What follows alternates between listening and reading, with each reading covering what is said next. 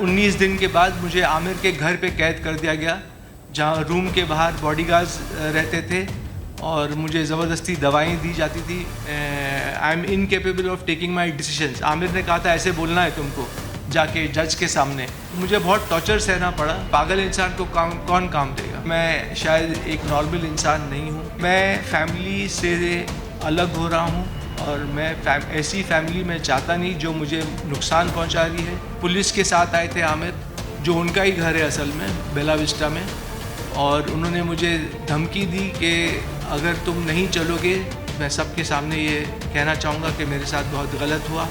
But इससे पहले doctor Harish Shetty, हाँ बंजारा साहब, इससे पहले जो हुआ था ना, जो मुझे आमिर ने फोर्सफुली मेडिकेशंस दिए 2005 में, और 2005 जब आपके आने से पहले भी। यस, आप तो 2008 में अब्बाजान के साथ आए थे कोर्ट में, तो वो आपने लेकिन उससे पहले जो मेरे साथ हुआ था, मेरा जो फैमिली ने गलत मेडिकेशन दिया, मुझे टॉर्चर किया, कोजी नर्सिंग होम में बंद किया। डॉक्टर हरीश शेट्टी ने वहाँ मुझे एग्जामिन किया और उनका पहला लाइन था डॉक्टर हरीश शेट्टी का कि इसकी गुर्मी निकालनी है। Now gurmi is a Marathi slang and that means कि doctor Harish Shetty wanted to remove my pride, remove my ego, and मुझे शौक हुआ कि कोई डॉक्टर ऐसा बोल सकता है। And from then on I knew कि ये मेरे साथ बहुत गलत होने वाला है। और मेरी बहन निखत हेगड़े, संतोष हेगड़े और मेरे अंकल इम्तियाज़, वो उस वक्त वहाँ डॉक्टर के सामने थे, लेकिन उन्होंने कुछ कहा नहीं डॉक्टर को कि आप ऐसे कैसे बात कर सकते हो।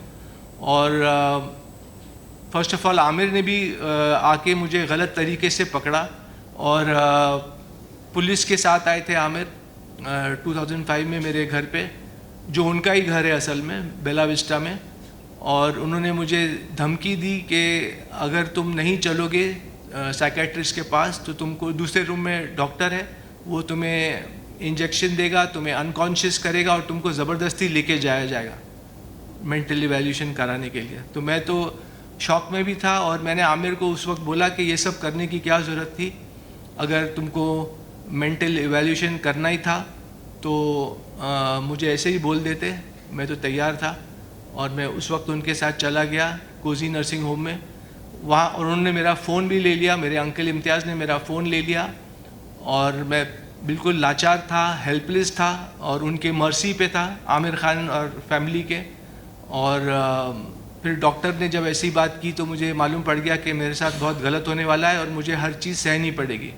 लेकिन उस दिन भी मैंने उन लोगों को कहा था कि मैं एक चीटी हूँ। मेरे सिस्टर निखत और संतोष हेगड़े को मैंने कहा था कि मैं चीटी हूँ इस वक्त, लेकिन एक दिन आएगा जब चीटी भी हाथी को मार गिराएगी, और शायद वो दिन आज आ गया है। मैं सबके सामने ये कहना चाहूँगा कि मेरे साथ बहुत गलत हुआ और मैंने बहुत सहा उनकी और उनके टॉर्चर को सहा मैंने। बहुत ट्रॉमेटिक टाइम था मेरे लिए। तो ये 2005 में मुझे पहले कोजी नर्सिंग होम में बंद किया गया, ज़बरदस्ती दवाएं दी की गलत सलत, और फिर 19 दिन के बाद मुझे आमिर के घर पे कैद कर दिया गया, जहाँ रूम के बाहर बॉडीगार्ड्स रहते थे और मुझे ज़बरदस्ती दवाएं दी जाती थी। और जब मैंने कोजी नर्सिंग होम में भी कहा था कि मुझे दवाइयाँ की ज़रूरत नहीं है, तब भी मुझे फोर्सफुल मेडिकेशन दिया। एक ड्रग का नाम है सेरेनेस, जो उसका टेस्ट भी नहीं आता है और वो कलरलेस भी रहती है, वाटर के कलर की रहती है। तो वो बॉडीगार्ड सब लोग मुझे वो दवाई देते थे, पानी में इंजेक्शन के थ्रू बॉटल में डालते थे, और मुझे पानी और खाना तो खाना ही था ज़िंदा रहने के लिए। तो जब मुझे एहसास हुआ कि मैं 20-20 घंटे सो रहा हूँ तो मैंने मेरी सिस्टर को बुला के कहा कि मुझे पता है कि तुम लोग मुझे दवाइयाँ दे रहे हो चुपचाप, तो मैं ये ओवरडोज हो सकता है and I can lose my life, मैं अपनी जान खो सकता हूँ। तब मैंने डॉक्टर से रिक्वेस्ट किया और निखत को रिक्वेस्ट किया कि मैं जो आप लोग दवा मुझे फोर्सफुली दे रहे हो, मैं उसको लेने के लिए तैयार हूँ, क्योंकि मैं नहीं चाहता था कि मुझे ओवरडोज हो जिससे मेरी जान को ख़तरा था। तो ये सब टॉर्चर हुआ। फिर आमिर के घर पे मुझे 1 साल बंद किया गया ज़बरदस्ती, और दवाएं तभी भी चालू थी। तो फिर मेरा वज़न भी बढ़ते जा रहा था, 103 किलो हो गया था मैं। और फिर 1 साल के बाद मैंने आमिर को कहा कि आप लोग ने कहा था कि 1 साल के लिए आप लोग ने कहा था कि आप लोग मुझे कैद करेंगे, तो अब 1 साल हो गया है, 2006 का वक्त था वो। और मैंने बोला कि मुझे फिर से जो आपका दूसरा घर है जहाँ मैं रहता था, जहाँ आप लोग ने मुझे फोर्सफुली पिकअप किया था बेला विस्टा में, वहाँ भेजा जाए। तो आमिर ने मुझे अलाउ किया कि मैं वहाँ जा सकता हूँ। उन्होंने कहा क्योंकि 1 साल में मैंने कुछ ऐसे ही उनको मौका ही नहीं दिया था कुछ मेरे अगेंस्ट कहने का, करने का। तो 1 साल के बाद मुझे घर जाने दिया वापस। और फिर 2007 में फिर सब ठीक चल रहा था। मैं कुछ गोट फार्म स्टार्ट करने की कोशिश कर रहा था, और उसके यहाँ अहमदनगर में एक मैंने ज़मीन भी देखी थी और वहाँ गोट फार्म स्टार्ट करने की मैं कोशिश कर रहा था, और कुछ लोगों को मिल रहा था उसके लिए। तो वो सब काम चल रहा था। सडनली आमिर ने मुझे 2007 में बुला के दोपहर को, डॉक्टर हरी शेट्टी और आमिर ने कहा कि तुमको कल जाना है, अपनी सिग्नेटरी राइट्स देना है। अब सिग्नेटरी राइट्स वो होता है कि आपका पूरा हक एक इंसान का छीन लिया जाता है और आपको कोई पावर नहीं रहता है साइन करने का, और आपका अस्तित्व बिल्कुल शून्य हो जाता है, ज़ीरो। मतलब आप एक आदमी हैं, आप जी रहे हैं, लेकिन आप कुछ कामकाज नहीं कर सकते, कोई चेक साइन नहीं कर सकते, कोई अग्रीमेंट साइन नहीं कर सकते। तो मुझे जब ये पता चला, मैं उनको तो हाँ हाँ बोल रहा था कि मैं जाऊंगा और डॉक्टर और जज के सामने बोलूँगा कि I M incapable of taking my decisions. Aamir ने कहा था ऐसे बोलना है तुमको जाके जज के सामने कि मैं अपने फ़ैसले खुद ले नहीं सकता और मुझे एक गार्डियन की ज़रूरत है।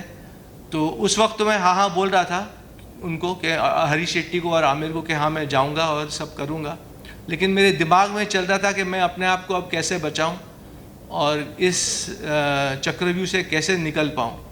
और तब मैंने फ़ैसला किया घर जाकर कि मैं घर छोड़ दूंगा, और मैं घर से निकल गया, क्योंकि अब मुझे पता चल गया था कि मेरी फैमिली को मुझे टेक ऑन करना पड़ेगा। मेरी फैमिली मेरे ख़िलाफ़ है और मुझे अपनी फैमिली के सामने लड़ना पड़ेगा, खड़ा होना पड़ेगा। और तब मैंने फ़ैसला लिया घर छोड़ने का, और मैं अपने दोस्त एक इंस्पेक्टर हैं मिस्टर सनके, उनको मिला और उनसे मैंने राय ली कि मैं ऐसे ऐसे फंस चुका हूँ, मेरी फैमिली मुझ पर जुल्म कर रही है। उनको सारा मामला मैंने बताया। तो मिस्टर सनके ने कहा कि आप जाइए और आप एक गवर्नमेंट हॉस्पिटल में अपने आप को इवैल्यूएशन कराइए। और सनके ने कहा आप तैयार हैं कराने के लिए? तो मैंने कहा हाँ बिल्कुल, अगर मैं बिल्कुल कराऊंगा इवैल्यूएशन मेंटल, क्योंकि अगर मैं सच में पागल हूँ तो मुझे फैमिली के पास जाना चाहिए और फिर मैं जाऊँगा। तो मैंने KEM हॉस्पिटल में जाके बहुत मुश्किलों से मैंने टेस्ट दिया, क्योंकि जब आप जाते हैं, कोई इंसान जब जाता है गवर्नमेंट हॉस्पिटल में टेस्ट करने को, तो आपको वो बग़ैर एक फैमिली मेम्बर के टेस्ट भी नहीं करते। तो फिर मैं फंस गया फिर से, क्योंकि कोई सब फैमिली मेम्बर्स मेरे ख़िलाफ़ थे। तो फिर मैंने कैसे भी अब्बाजान को कांटेक्ट किया, और अब्बाजान ने कहा कि मैं तुमको एक लेटर दे सकता हूँ कि तुम नॉर्मल हो और तुम्हारी जांच की जाए। तो वो लेटर के बेसिस पे मेरा टेस्ट हुआ KEM हॉस्पिटल में। ये 2007 की बात है, 2007 अक्टूबर। और फिर मेरे इंस्पेक्टर दोस्त जो थे सन के, उन्होंने कहा कि आप 2-4 दिन के लिए ज़रा गायब हो जाइए जब तक ये रिज़ल्ट्स नहीं आते, और जब ये रिज़ल्ट्स आ जाएंगे तो आपको कोई कैद नहीं कर सकेगा, आमिर फैमिली आपको कोई ख़तरा नहीं रहेगा उनसे। तो आप ये रिज़ल्ट्स आने का तक आप गायब हो जाइए। तो उस वक्त मैं खंडाला चला गया था, और पता नहीं कैसे भी, पता नहीं फैमिली को कैसे पता चल गया, और उन्होंने पुलिस भेजा मुझे अरेस्ट करने खंडाला में। और जब पुलिस बीच रात में आई खंडाला, तो मैंने उनको पूछा कि आप लोग क्यों, उन्होंने बोला आपको चलना पड़ेगा हमारे साथ, हम खार पुलिस स्टेशन से हैं। तो मैंने कहा कि लेकिन पुलिस को मैंने ये पूछा कि मैंने गलत क्या किया है। पुलिस जब ही पकड़ती है जब आपने कुछ गलत किया हो। तो मैंने पुलिस को क्वेश्चन किया कि आप मुझे किस सिलसिले में पकड़ रहे हैं, आपके पास वारंट है क्या है, और आप किस जुर्म में मुझे पकड़ रहे हैं। लेकिन उन्होंने कहा कि आपकी मदर और सिस्टर ने एक कंप्लेंट डाली है पुलिस स्टेशन में कि आप सोसाइटी को के लिए हार्मफुल हैं, आप डेंजरस टू सोसाइटी हैं, और आपको स्किज़ोफ्रेनिया है, ये उनके डॉक्टर्स बोल रहे हैं। तो मैंने कहा ये सब झूठी बातें हैं। तो उन्होंने बोला खैर आपको चलना पड़ेगा, आप चलिए हमारे साथ। तो मुझे उनके साथ चलना पड़ा, क्योंकि वो होटल वाले ने भी बोला मुझे कि हम आपको रहने नहीं देंगे। तो ये सब हुआ बीच रात में खंडाला में, और मैं पुलिस के साथ मुझे आना पड़ा। पुलिस को तो ऑर्डर मिला था कि कैसे जैसे तैसे भी फैसल को पकड़ के लेके आओ। तो पुलिस भी लाचार थी, उन्होंने मुझे मजबूर थी, और उनको ऑर्डर दिया गया था कि फैसल को पकड़ के लेके आओ जहाँ से भी। तो ऐसा हुआ और मुझे पुलिस के साथ जाना पड़ा, और फिर मेरा फ़ोन ले लिया गया। मैं खार पुलिस स्टेशन में सो गया, और जब सुबह उठा तो मुझे मेरा फ़ोन मिला, क्योंकि इंस्पेक्टर सनके ने जो खार पुलिस स्टेशन के इंस्पेक्टर थे इंचार्ज, उनको फ़ोन करके कहा कि इनको फ़ोन दे दो वापस फैसल को। तब मुझे मेरा फ़ोन मिला और मुझे पता चला कि मुझे कोर्ट में लड़ना है केस। अभी मेरी मदर जीनत ताहिर हुसैन और निखत हेगड़े ने केस डाल दिया है आपके ऊपर, तो आपको केस लड़ना पड़ेगा। तो तब मैं फ़ोन खोल के मैंने जो ABCD ए अल्फ़ाबेट से स्टार्ट किया, और मैंने फ़ोन लगाया अब्दुल रहमान को, जो देवनार चेंबूर में स्लॉटर हाउस में वो कुछ प्रेसिडेंट थे उस वक्त। तो वो मेरे साथ गोट फार्मिंग का जो मैं खोलना चाह रहा था फार्म, वो उसमें इन्वॉल्व थे और वो मुझे गाइड कर रहे थे। तो उन्होंने कुछ वक्त मेरे साथ बिताया था उस वक्त। तो उन्होंने जब सुना कि मेरे ऊपर केस आ गया है, तब मैंने उनको बोला कि मुझे एक वकील की ज़रूरत है। तो उन्होंने मुझे बोला ठीक है, मैं आपको मिलता हूँ 10 बजे इधर बैंड्रा ईस्ट के कोर्ट में, और एक वकील के साथ मिलता हूँ। तो तब जाके एक वकील मिस्टर ऐसे वासिद आए, उन्होंने मेरा केस टेक ऑन किया। और फिर जब मैं कोर्ट में गया, उस वक्त पेश हुआ, तो मुझे पता चला कि I need some person to stand a guarantee for me. तो खैर कैसे तैसे भी करके मैंने एक इंसान आए जो मेरे लिए खड़े हुए गारंटर। और तब और तब वकील साहब ने जज साहब ने मुझे भेजा जे हॉस्पिटल में फिर से टेस्ट करने। वो तो बोल रहे थे कि तुम्हारी फैमिली तो बोल रही है कि तुम स्किज़ोफ्रेनिया हो, लेकिन जज साहब ने बोला हम भी कोर्ट भी देखना चाहेगा ना कि तुम पागल हो कि नहीं। तो मेरा जे हॉस्पिटल में मुझे फिर से 20 दिन के लिए रखा गया, लगभग 20 दिन। और वहाँ मेरा पूरा टेस्ट हुआ, वो फिर कोर्ट केस लड़ा गया। फिर वंजारा साहब भी मुझे मिलने आए मेरे डैडी के साथ जे हॉस्पिटल में। वहाँ मैं उनको पहली बार मिला, और मेरे डैडी ने कहा कि ये लॉयर हैं मिस्टर वंजारा एडवोकेट, और ये तुम्हारा केस भी लड़ेंगे, मेरे साइड से खड़े रहेंगे, मतलब अब्बाजान के साइड से। और तब कस्टडी बैटल शुरू हुई। आमिर चाहते थे कि वो मेरी कस्टडी ले, आमिर और फैमिली चाहती थी कि वो मेरी कस्टडी लें और मुझे फिर से दवाइयाँ खिलाएं। लेकिन क्योंकि वंजारा साहब थे और अब्बाजान मेरे लिए खड़े हो गए थे, तो जज ने, जो नेचुरल गार्डियन होता है फादर, उनके फेवर में डिसीजन दिया और मुझे कस्टडी मेरे फादर को मिली। और जज साहब ने ये भी कहा, मैंने आप लोग को एक वर्डिक्ट भी दूंगा, जो कोर्ट का वर्डिक्ट है वो आप लोग उसके थ्रू जा भी सकते हैं, कि कोर्ट ने मुझे क्लीन चिट दी है, मैं केस जीता। और जज साहब ने मुझे एक तो टेस्ट कराया जे में, और फिर मुझे कुछ कंडीशंस रखी थी कि मैं रोज़ जाके पुलिस स्टेशन में हाज़िरी दूं, और जो भी जज साहब ने कहा था मैं पूरा उसके ऊपर मुकम्मल उतरा और मैं सब करते गया। और फिर जब अब्बाजान के ऊपर प्रेशर पड़ा मॉनिटरी, तो अब्बाजान ने भी मेरा साथ छोड़ दिया और उनका पैसा पानी बंद किया गया फैमिली के थ्रू। तो ये सब हुआ और अब्बाजान ने मेरा साथ छोड़ दिया। लेकिन ऊपर वाला है, तो जज साहब ने बोला कि मैं आमिर को कस्टडी नहीं दूंगा, मैं फैसल को छोड़ दूंगा टू लिव अ लाइफ। तो जजमेंट में उन्होंने लिखा है कि पर्पसली ही left me alone to see how I react in society and how I deal with society. तो ये जज साहब का बहुत अच्छा एक फ़ैसला था और उन्होंने मुझे जीने दिया। मैं जी रहा था, तब तक केस भी चल रहा था, मैं सब सोशल एक्टिविटीज़ कर रहा था। उसका प्रूफ मैं जज साहब को दे रहा था हर हियरिंग पे कि मेरी क्या क्या एक्टिविटीज़ हैं। और फिर केस चला, और फिर 4 महीने के बाद फेब 16 को मुझे वर्डिक्ट दिया गया जज ने कहा कि you are a normal person and you can live your life freely as a Indian citizen and you don't have paranoid schizophrenia. और ये सब करके मुझे एक क्लीन चिट मिली, मैं केस जीत गया, केस मेरे हक में गया और तब मैं अपने कामों में फिर से लग गया। तो ये पूरी स्टोरी थी। और जो मेरे साथ हुआ तो मुझे बहुत टॉर्चर सहना पड़ा इस दौरान। फिर मैं घर से बाहर रहा और बस ज़िंदगी चलती गई। मैं अपने काम काज में व्यस्त हो गया, बिज़ी हो गया, काम ढूंढने की कोशिश कर रहा था। उस दौरान कुछ लोग पूछते हैं मुझे कि मुझे पैसा कहाँ से मिल रहा था, मैं कैसे जी रहा था। तो मेरी कुछ पॉलिसीज़ थी, LIC पॉलिसीज़, PPF फंड जो मैंने तोड़ा। फिर एक शख्स थे हारून भाई जिन्होंने मुझे जिनको मेरी कहानी पसंद आई, उन्होंने मुझे साइन कर लिया था उस वक्त एक पिक्चर के लिए। तो वहाँ से पैसा आया। जो ज़मीन मैंने ख़रीदी थी उस वक्त गोट फार्म के लिए अहमदनगर में, मैंने वो डील कैंसिल की, वहाँ से थोड़ा पैसा आया। एक बिग बॉस करके एक शो है जो मुझे बहुत लेना चाह रहा था उस वक्त, तो उनसे थोड़ा साइनिंग अमाउंट मिला मुझे। मैं शो में तो गया नहीं, लेकिन साइनिंग अमाउंट मुझे मिला करीब 4 लाख उस वक्त। तो ये सब से मेरा गुजारा चल रहा था, मेरा गुज़र चल रहा था और मैं एक रिस्पेक्टफुल ज़िंदगी जी रहा था। तो ये सब मामले चले और फिर ज़िंदगी चलती गई। और फिर मैंने आमिर को एक बार जाके बोला कुछ सालों के बाद, 2-3 सालों के बाद, कि मुझे कोई काम नहीं दे रहा है क्योंकि सब लोग समझ रहे हैं मैं पागल हूँ। तो एक नॉर्मल इंसान को काम मिलना कितना मुश्किल होता है ये तो आप लोग जानते ही होंगे। तो एक पागल इंसान को कौन काम देगा। तो आमिर ने मुझे बोला ठीक है।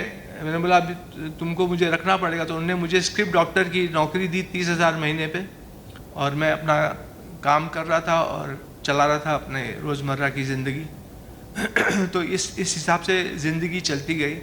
लेकिन आज तक भी दुनिया को कुछ डाउट है कि मैं शायद एक नॉर्मल इंसान नहीं हूँ। मुझे आज तक वो झेलना पड़ता है वो समाज के सामने, और मुझे काम मिलना मुश्किल हो जाता है। हालांकि मैंने आगे चलकर एक फ़िल्म भी की, चिनार दास्तान इश्क, जिसमें मैं लीड रोल था। वो 2015 में रिलीज़ हुई। और मैं कहानियों पर काम कर रहा था, मैं लिख रहा था। फिर बाद में एक पिक्चर मेरे और बनी, डेंजर अहेड करके, जिसके डायरेक्टर थे फैसल सैफ। लेकिन वो गुजर गए और पिक्चर अभी तक रिलीज़ नहीं हो पाई। तो फैसल सैफ ने वो पिक्चर, मैंने शूटिंग कंप्लीट कर दी है वो पिक्चर की, उसका पोस्ट प्रोडक्शन थोड़ा बाकी है, लेकिन वो पिक्चर भी रेडी है। इस बीच में मैंने सोचा कि दुनिया जो भी सोचती है मेरे बारे में कि मैं मेंटल इंसान हूँ, मैं पागल इंसान हूँ, कोई बात नहीं, मैं अपने काम से प्रूव कर दूंगा कि मैं क्या हूँ। तो इस बीच में मुझे मौका मिला और मैंने फैक्ट्री पिक्चर डायरेक्ट की, उसमें एक्ट भी किया और उसमें गाना भी गाया, उसमें राइटिंग में भी इन्वॉल्व था। प्रोड्यूसर्स भी नए थे वो प्रोजेक्ट के, फैक्ट्री पिक्चर के, तो मैं प्रोडक्शन के भी डिसीजंस लेता था। तो पूरा भार फैक्ट्री का मेरे ऊपर आ गया था। मैंने एक पिक्चर बना दी फैक्ट्री, उसको रिलीज़ भी कर दी ऊपर वाले की मर्ज़ी से। और यही मैंने चाहा कि दुनिया ये देखे कि अगर मैं वाकई एक पागल इंसान हूँ तो मैं एक पिक्चर कैसे बना सकता हूँ, इतना मेहनत करके, उसमें एक्ट भी करके, डायरेक्ट भी करके। उसमें प्रेशर बहुत था मुझे क्योंकि मैं दोनों काम संभाल रहा था। लेकिन मैंने कहा कि चलिए मैं अपने काम से ही प्रूव करूँगा कि मैं पागल हूँ या नहीं हूँ। तो ये सब काम चलता गया। और अब जब एक इंटरव्यू आया, तो ये तो 2021 की बात थी, वो पिक्चर भी रिलीज़ हो गई फैक्ट्री। अब मैंने कुछ प्रोजेक्ट्स लिखे थे लॉकडाउन में जो मैं स्टार्ट करना चाह रहा था।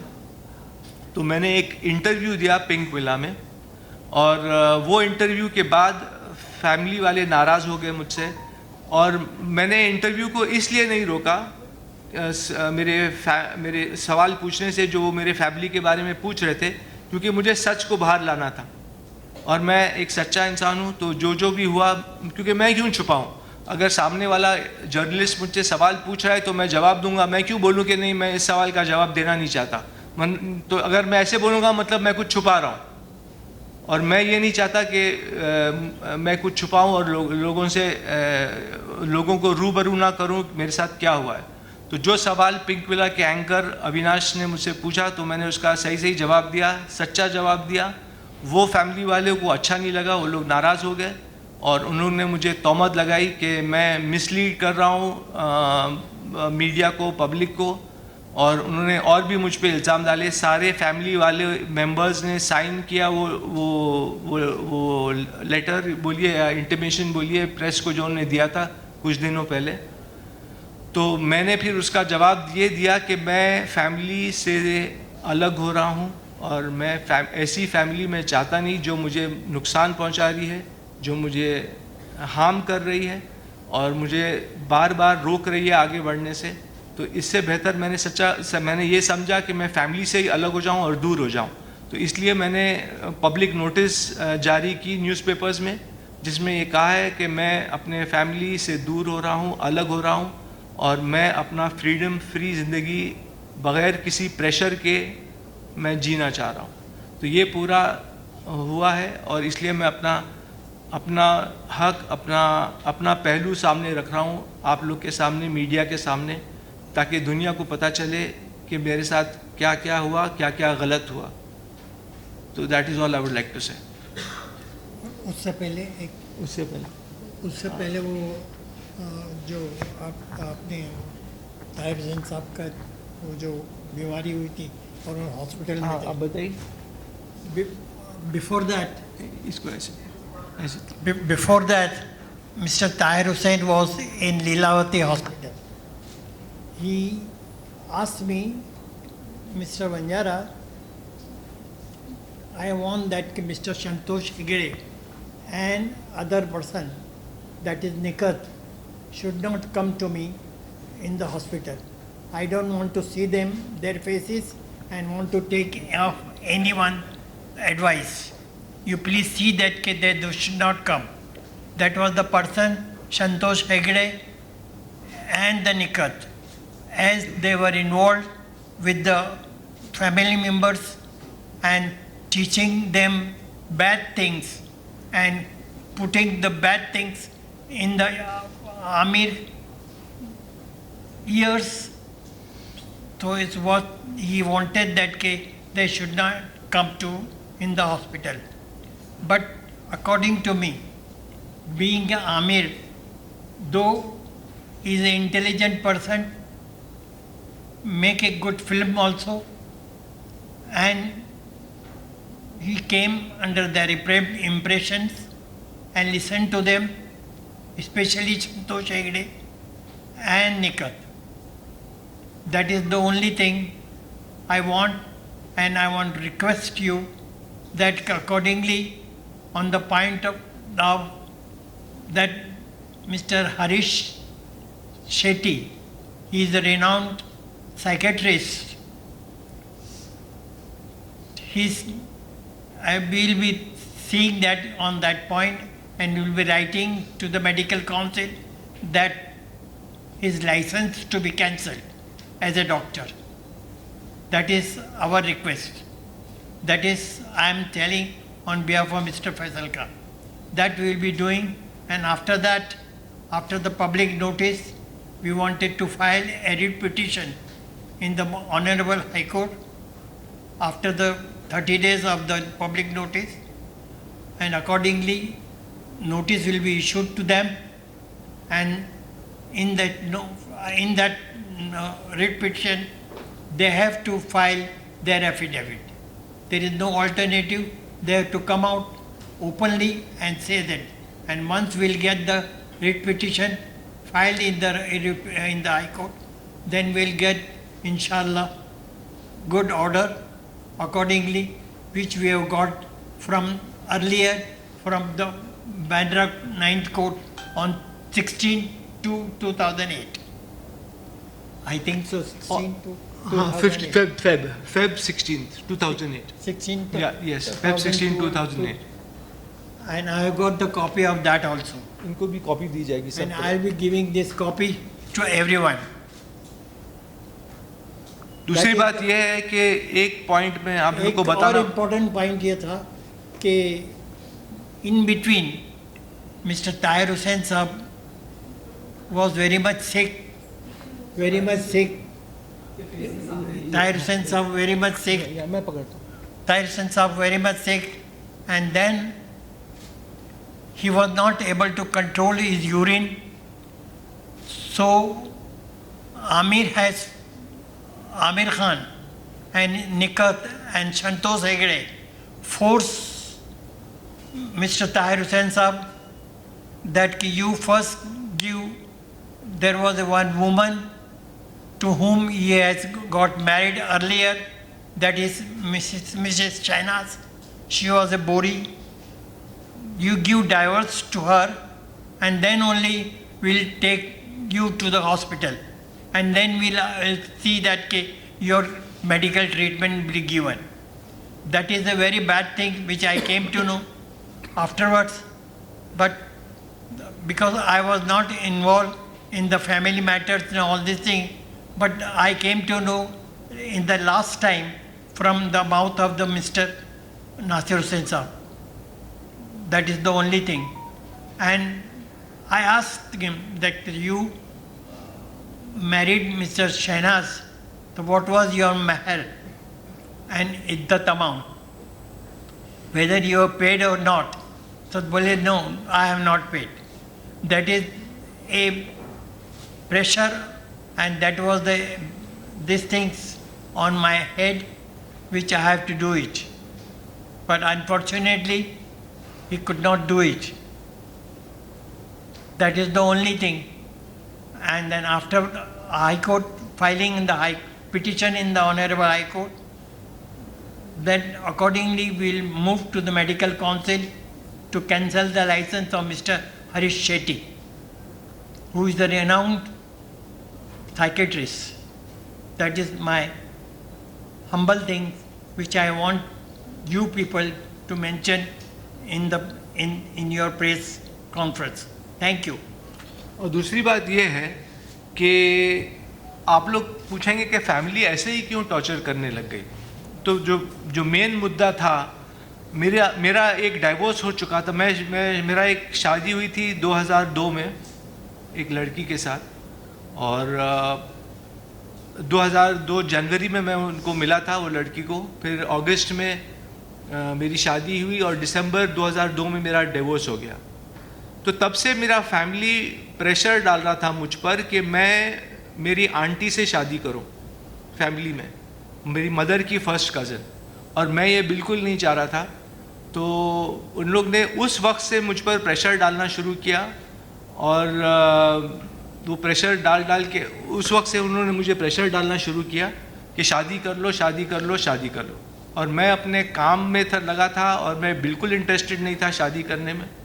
तो उसको लेके फैमिली के साथ मेरे काफ़ी बहस उज्जत होती थी, अनबन होती थी.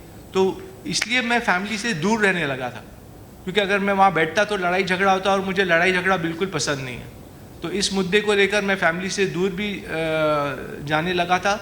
और तब उन लोग ने ये कहा कि ये पागल हो गया है, क्योंकि मैं फैमिली को नहीं मिल रहा था. मैं पूरी दुनिया में उठ रहा था, बैठ रहा था, लोगों को मिल रहा था, सिर्फ फैमिली से अलग था. तो फैमिली को ये गुस्सा आ गया कि, और मदर को गुस्सा आ गया कि वो मैं मेरी आंटी से मैं शादी नहीं कर रहा हूँ.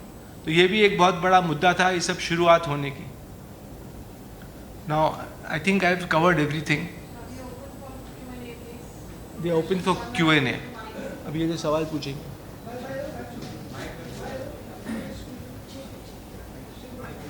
कौन सा भाई?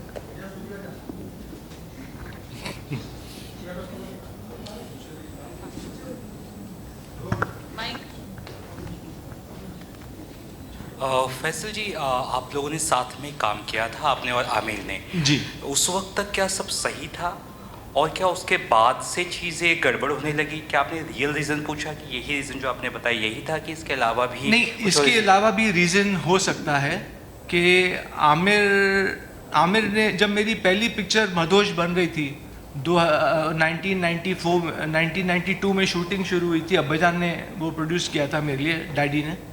तो आमिर ने उस वक्त भी मेरी पिक्चर की कहानी नहीं सुनी थी जब हम लोगों ने शुरू किया था. तो पता नहीं, कुछ लोग बोल रहे हैं कि मीडिया में कि आमिर की जेलसी उस वक्त से थी तुम्हारे साथ.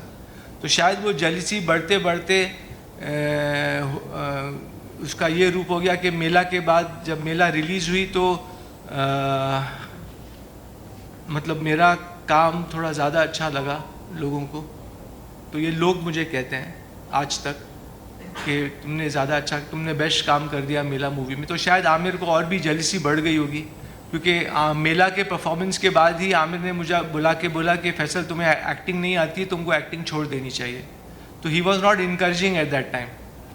तो maybe what I've heard that he was jealous and he was, कुछ सिबलिंग राइवलरी रही होगी जिसकी वजह से उन्होंने ये कदम उठाया, and could be possible, yes. Next.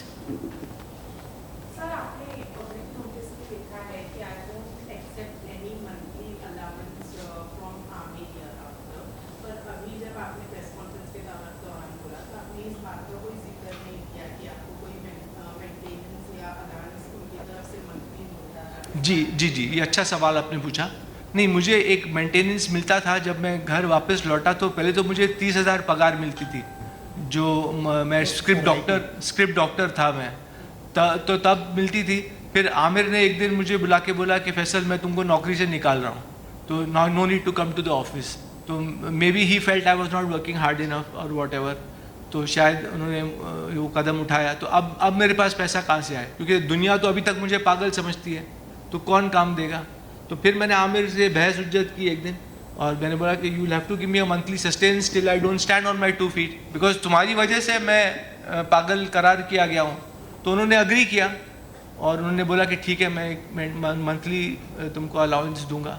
तो वो अलाउंस तय हुआ, तो मुझे मिलता था। तो अब जब मैंने घर छोड़ दिया, जब मैंने पब्लिक नोटिस जाहिर की, तो मैंने ये फैसला लिया है कि ना मैं उनके घर में रहूँगा और ना मैं उनसे मंथली मनी लूँगा। जो है ऊपर वाला देगा। मैं मेहनत करूँगा, मैं अपना जो भी मैंने सीखा है फिल्म लाइन में, मैं एक पिक्चर डायरेक्ट भी कर चुका हूँ, तो मैं डायरेक्शन की तरफ जा रहा हूँ, और मैंने एक नए प्रोजेक्ट पे भी काम की है। कुछ एक्टर्स को भी हम लोग ने सुनाए हैं कहानी, जो अभी मतलब 14 एक्टर्स हमारे लिए राज़ी भी हो गए हैं। तो मैं अपना खुद मेहनत करूँगा, और अगर ऊपर वाला चाहेगा तो मैं पिक्चर भी डायरेक्ट करूँगा और एक्टिंग भी कर सकता हूँ। कुछ रोल्स ऑफर होंगे तो I am open to everything. एक और पॉइंट, तो अभी मैं पैसा नहीं लूँगा आमिर से, ना उनके घर में रहूँगा। एक और पॉइंट था कि आपने कहा कि मुझे बिग बॉस का साइनिंग अमाउंट मिला था। जी। एंड वी ऑल नो कि Aamir and Salman are both in good terms, तो क्या वजह थी कि साइनिंग अमाउंट मिलने के बाद भी आप बिग बॉस हाउस में? हाँ, तो उस वक्त भी बिग बॉस का जो मुझे मिला था साइनिंग अमाउंट, सडनली मुझे निकाल दिया गया वहाँ से। तो मुझे पता चला कि आमिर ने कुछ स्ट्रिंग्स पुल किए, और उनकी वजह से ही मुझे निकाला गया। जब उनको पता चला कि मैं बिग बॉस में जाऊंगा उस वक्त, और मैं सब दुनिया के सामने अपना जो भी पेश करूंगा, जो आज मैं पेश कर रहा हूं, तो वो डर गए और उन्होंने मुझे बिग बॉस से निकाल दिया। तो only he could have used his pull and power to remove me from Bigg Boss, वरना मैं वो शो भी करता। और कुछ मेरा सवाल आपसे, जिस तरह से फॉल्स एलिगेशन और चार्जेस लगाए गए हैं फैसल पर थ्रू हिज फैमिली, और अनसाउंड माइंड डिक्लेयर किया है उनको, बट कोर्ट के वर्डिक्ट ने उनको फ्री और फिट एंड फाइन कर दिया डिक्लेयर। बट अगर आगे जाकर ये अगर केस फाइल करते हैं अपनी फैमिली के अगेंस्ट, तो what will be the punishment to this family? There is no punishment. writ petition. She is asking about the writ petition, I think. What is the consequences of the writ petition? Yes. Consequences of the writ That will petition. be filing in the writ petition in the Honorable High Court, and they have to file their reply after notice to them. And that is the only thing. Then we'll come to know that what is the reply incoming.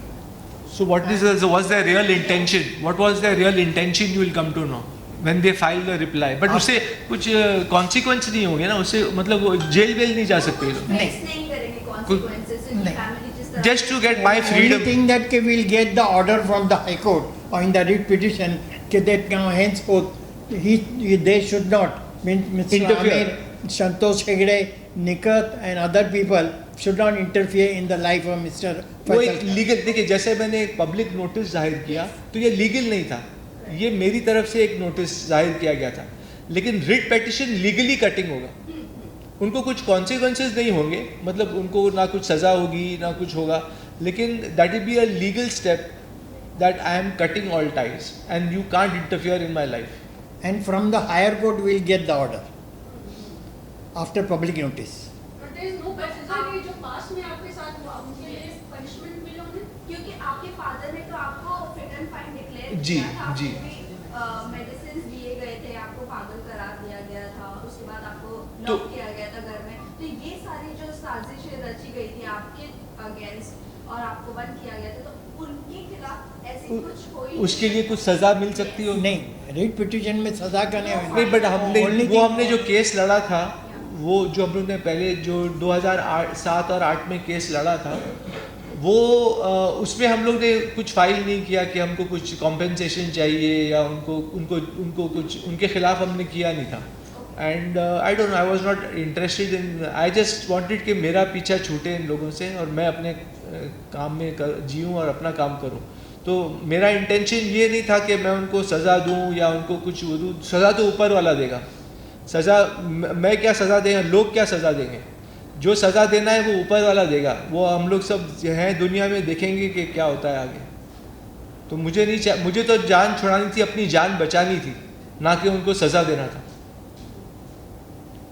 But how is it Bollywood में एक तो आपने openly बात की है, जी. बहुत बड़ी बात है. इजी होगा आपके लिए आगे बढ़ना बॉलीवुड में? What do you think? नहीं, I am going to try my best and again I believe in God a lot. तो क्या होता है कि मैं खुदा ऊपर वाले में, भगवान में बहुत मानता हूँ. तो भगवान ही रोटी देता है, भगवान ही हमको हर सांस देता है. तो वो ही हर चीज़ करेगा.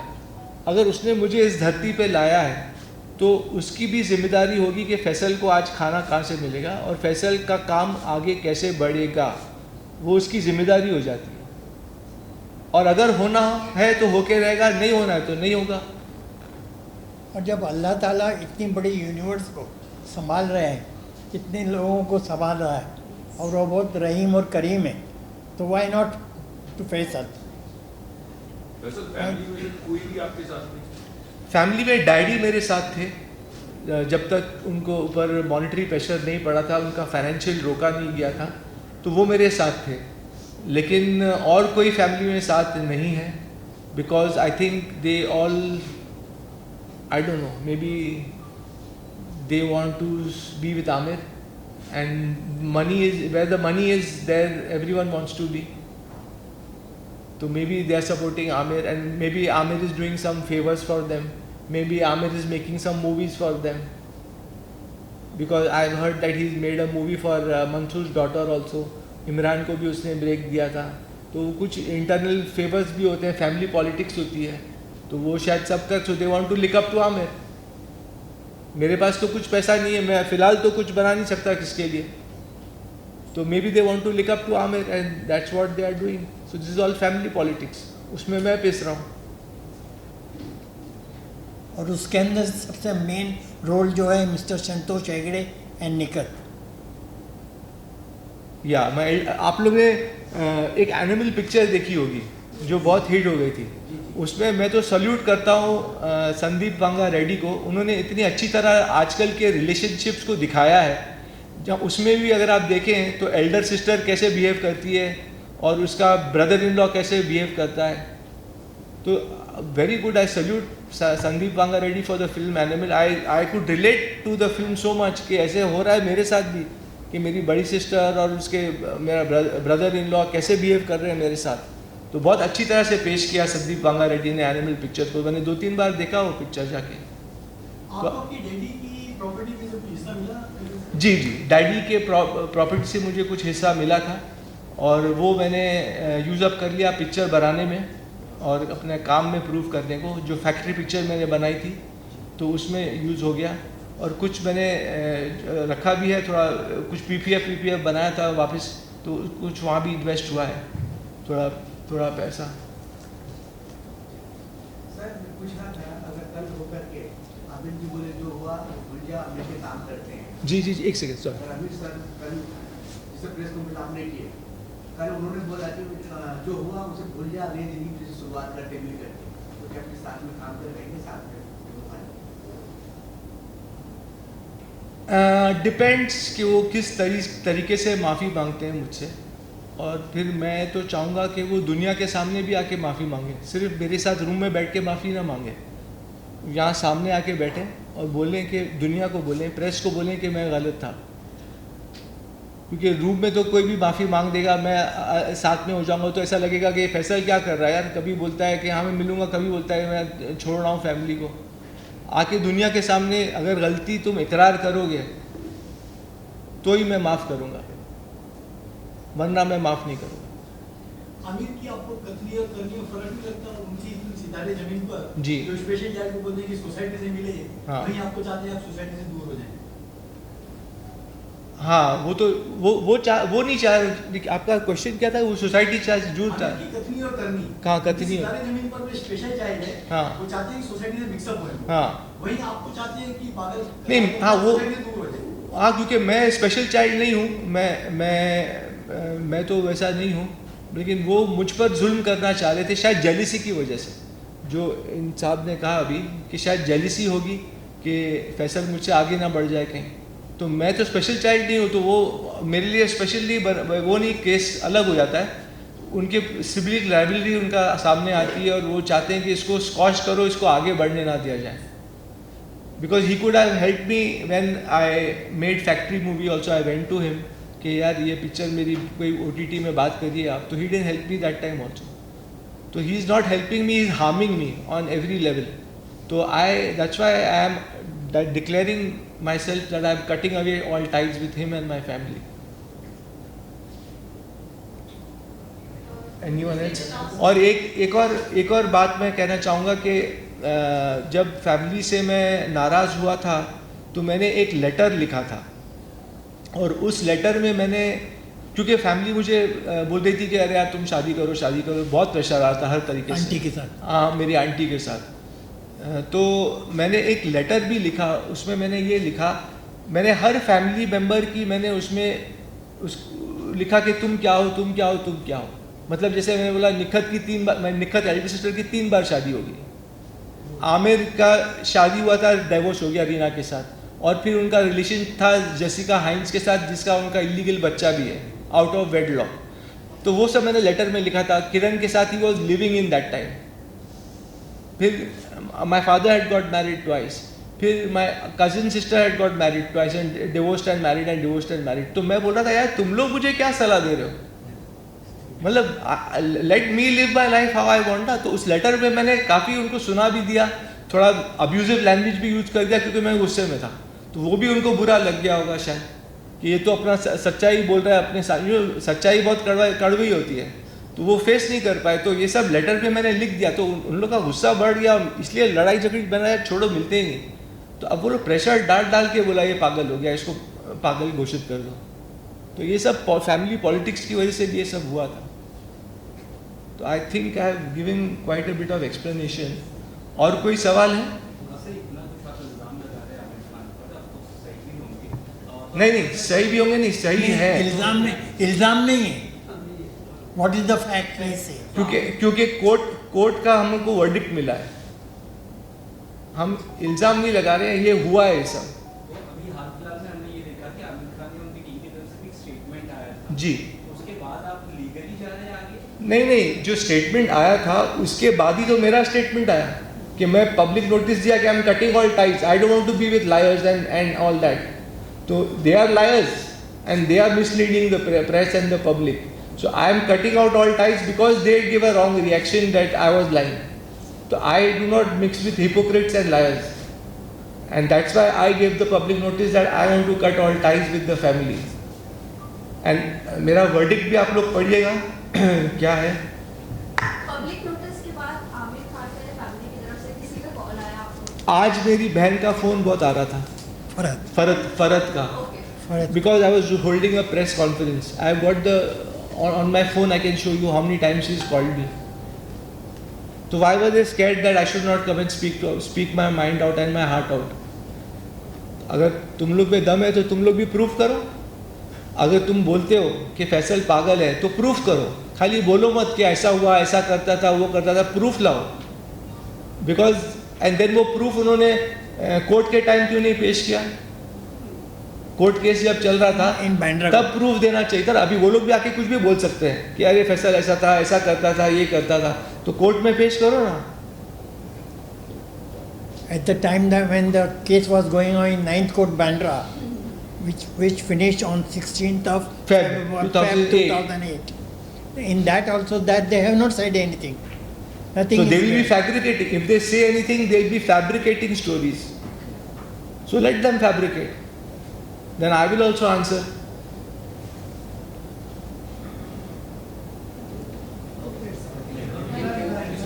हो गया? Yeah, I think everyone has got the answers and everyone has asked their questions. जी जी आपने नीला पिक्चर में बहुत अच्छा काम किया था, तारीफ भी थी, सब हुआ था। जी। आपको दूसरे किसी निर्माता या निर्देशक ने कभी कोई ऑफर किया काम करने के लिए? जी मैंने जब मेला पिक्चर रिलीज़ हुई और मेरा काम लोगों को पसंद आया तो मैंने बहुत कोशिश की, प्रोड्यूसर्स के पास गया, सबको मिला कि मुझे कुछ काम मिले, लेकिन किसी ने काम दिया नहीं। तो फिर मैं मायूस होकर मैंने सोचा चलो बड़े प्रोडक्शन हाउस, बड़े लोग नहीं दे रहे हैं तो मैंने कुछ छोटी पिक्चरें की, क्योंकि छोटी पिक्चर भी कभी कभी निकल जाती है। तो मैंने बस्ती, काबू, बॉर्डर हिंदुस्तान का, चांद बुझ गया, ये सब पिक्चरें की। उस वक्त छोटी पिक्चरें थी, लेकिन मैंने सोचा कि चलो काम करते रहो, क्या पता क्या हिट हो जाए। तो मैंने काम नहीं रोका। फिर मैंने जब छोटी पिक्चरें मेरी नहीं चली तो मैंने टीवी सीरियल की तरफ भी मैं गया। मैंने आंधी टीवी सीरियल किया, तो मैं लगातार कुछ ना कुछ काम कर ही रहा था। उस बीच में ये प्रॉब्लम शुरू हो गया, शादी करो शादी करो शादी करो वाला। तो फिर वो सब प्रॉब्लम शुरू हो गया। या सर आपने 18 साल की उम्र प्रेस मीटिंग नहीं, मैं जब देखिए क्या होता है ना, हर चीज़ का एक वक्त मुकर्रर है। जब मैं केस जीता तो उस वक्त भी मैंने सोचा था कि शायद मैं करूँ, मेरे दिमाग में ही नहीं आया कि मुझे प्रेस कॉन्फ्रेंस करना चाहिए, क्योंकि मैं स्कीमिंग आदमी नहीं हूँ, मैं शातिर नहीं हूँ। तो मैंने सोचता था कि यार कभी आएगा कि नहीं बाहर के लोगों को मालूम पड़ेगा कि नहीं कि मेरे साथ क्या हुआ है। लेकिन मुझे क्या लगता है कि हर चीज़ का एक वक्त मुकर्रर है ज़िंदगी में, वो मेरे हाथ में भी नहीं है। तो वो इतने साल के बाद, अभी जैसे मैंने एग्जाम्पल देता हूँ आपको। मैं असिस्टेंट डायरेक्टर के तौर पे इंडस्ट्री में आया था, क़यामत से क़यामत तक, जोई था वही सिकंदर और तुम मेरे हो। लेकिन फिर मैंने डायरेक्ट किया फैक्ट्री इतने सालों के बाद। तो क्यों किया वो भी मुझे नहीं, मैं तो डायरेक्शन में जा रहा था, बट पता नहीं, मैं उस बाद एक्टिंग में चला गया। अब वो क्यों हो रहा है वो ऊपर वाला जानता है। आज वो प्रेस कॉन्फ्रेंस होना था तो हो गया, और आप लोग सब यहाँ हैं। और जब वक्त, हर चीज़ का वक्त मुकर्रर है ज़िंदगी में, जैसे ज़िंदगी और मौत का भी वक्त मुकर्रर है। आप ये नहीं बोल सकते कि मैं कल मर ही जाऊँगा या मैं कल पैदा ही हो जाऊँगा, वो मुकर्रर है वक्त, वो होना है तो वो होगा। मेरे साथ जो होना था, मुझे फैमिली के थ्रू होना था, तो आई वेंट, होना था। अब ये नहीं बोल सकता क्यों हुआ, वो तो ऊपर वाला ही जानता है कि क्यों और कब क्या होना है। आप इतना आध्यात्मिक की बात कर रहे हो, जी। आपकी बातों में इतना बार-बार आ रहा है कि ऊपर वाला देता है, गॉड देता है। जी। तो आपको इतना कॉन्फिडेंस है कि ये मीटिंग करने के बाद, कॉन्फ्रेंस करने के बाद मुझे बेनिफिट होगा? बेनिफिट तो मैं नहीं चाहता हूँ, मैं खाली चाहता हूँ कि मेरा नाम क्लियर हो। मैं नहीं चाहता हूँ कि ये प्रेस कॉन्फ्रेंस इसके लिए नहीं है कि मुझे काम मिल जाए, तो मेरा काम देखकर ही काम मिलेगा मुझे, और वो वही है कि ऊपर वाला ही देगा। ये बेनिफिट ये नहीं है, बेनिफिट ये है कि मैं मेरी फैमिली से दूर हो रहा हूँ, ये मैं उसकी तरफ लीगल स्टेप्स भी लेने वाला हूँ। तो ये प्रेस कॉन्फ्रेंस उसके लिए किया गया है कि भाई मेरे फैमिली वालों, मेरे पीछा छोड़ो, और जो मेरा नाम ख़राब किया गया है वो सच जाहिर हो दुनिया के सामने, इसके लिए किया गया है। Okay, thank you everybody. जी खड़े होके आइए। अच्छा,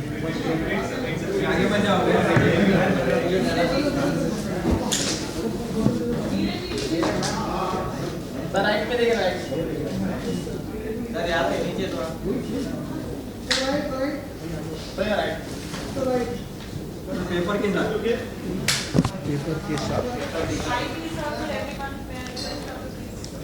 वो पेपर, वो वाला वर्डिक पेपर दे वांट। ये हाँ दिया इनको। हाँ दिया है। ये बच्चा ये देखिए, इसको पकड़िए आप आने साइड से। So one on this side. So one on this side. एक एक वो तो उनको दे दिया है, ऐसे यहाँ यहाँ यहाँ देखिए।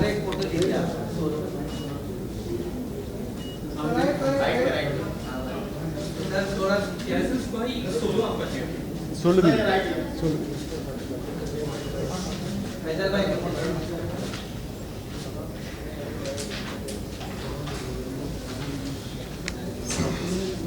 सोलो।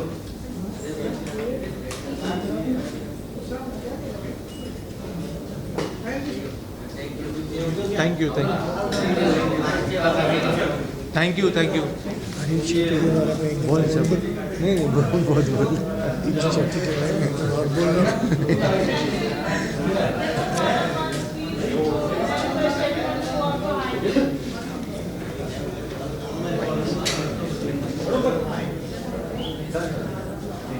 Thank you.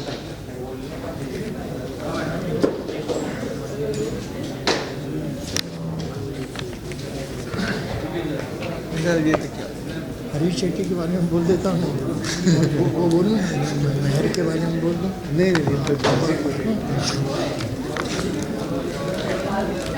या आई कम दे।